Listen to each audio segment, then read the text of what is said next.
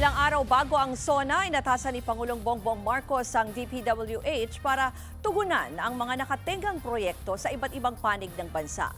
Kabilang sa mga ininspeksyon ng ahensya ang Manila-Cavite Bypass Road o NOVELEX sa Cavite. At live mula sa Mandaluyong may Express Report si Mon Gualvez. Mon, ano ba itong naging direktiba ng Pangulo sa DPWH?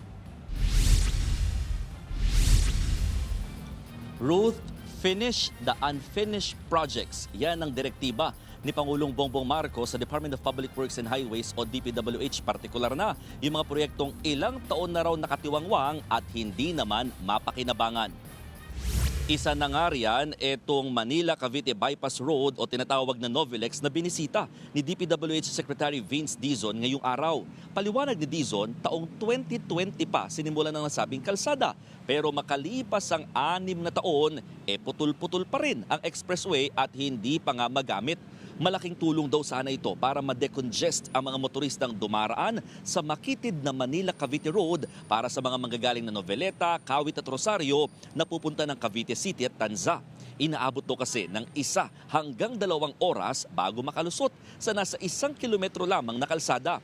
Ang problema, hindi na raw nalaanan ng pondo ang naturang proyekto mula nitong 2024. Kaya utos ng kalihim, mag-allocate ng kulang-kulang 1 bilyong pisong pondo para rito. Pinauuna na rin ni Dizon na madaanan muna ang expressway kahit ng 2 lanes lamang para magamit kaagad ng mga motorista. Sa tansya ng kalihim, libo-libong kaparehong proyekto ang gaya nito sa buong bansa na nakatenga lang at hindi naman mapakinabangan. Pakinggan natin ang pahayag ni DPWH Secretary Vince Dizon at ng Noveleta LGU. At isa sa mga pinakaimportanteng reforma na inutos ng Pangulo sa atin, finish the unfinished. Yung mga inumpisahan na importante, iniwan. Hindi pinondohan, tinenga.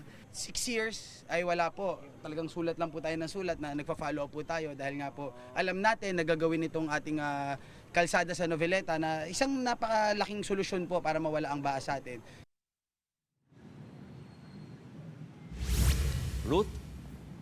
Mon, meron bang pahayag yung contractor ng project na yan kung bakit daw sila natagalan? Yes, Ruth, no? Balik tayo dun sa Manila-Cavite Road na talagang ginagawa ngayon for almost 2 months na. Ang sabi ng contractor ay natatagalan daw sila dahil sa mga ilang concerns ng utilities gaya ng Maynilad kung saan nasisira o kailangan pang ayusin daw muna yung mga tubong naapektuhan naman ng excavation o paghuhukay. Pero sa isang pahayag ng Maynilad, sinabi nito na nakikipagtulungan sila sa DPWH at LGU. Sa katunayan, 13 leaks o tagas na sa mga natamaang tubo ng tubig ang naayos na rin ng kumpanya mula raw nang simulan ang paghuhukay. Nagpadala na rin daw sila ng vacuum truck para tumulong umipon ng tubig at hindi makaabala sa ongoing na drainage project. Si Maynilad Chairman Manny V. Pangilinan ay ang chairman din ng TV5. Ruth? Siguro yung gusto na rin malaman ng ating mga kapatid, lalo na yung taga dyan sa area na yan, yung Manila-Cavite Bypass Road. Kailan ba magagamit yan? Kailan ang operasyon yan?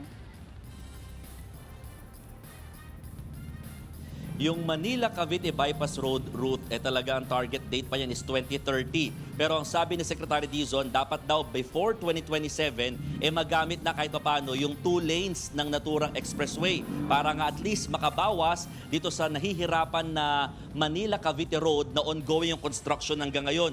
Yung Manila-Cavite Road na 2 buwan ng kalbaryo sa mga motorista at mga residente, ang sabi ng DPWH contractor ay aabutin daw before December pa para ito ay talagang matapos at madaanan na ng maayos ng mga sasakyan. Ang problema, ngayong tag-ulan, baka yung sinasabing solusyon sa baha, baka mas maging grabe pa dahil sa mga nakatiwangwang na hukay at butas-butas ng mga asfalto.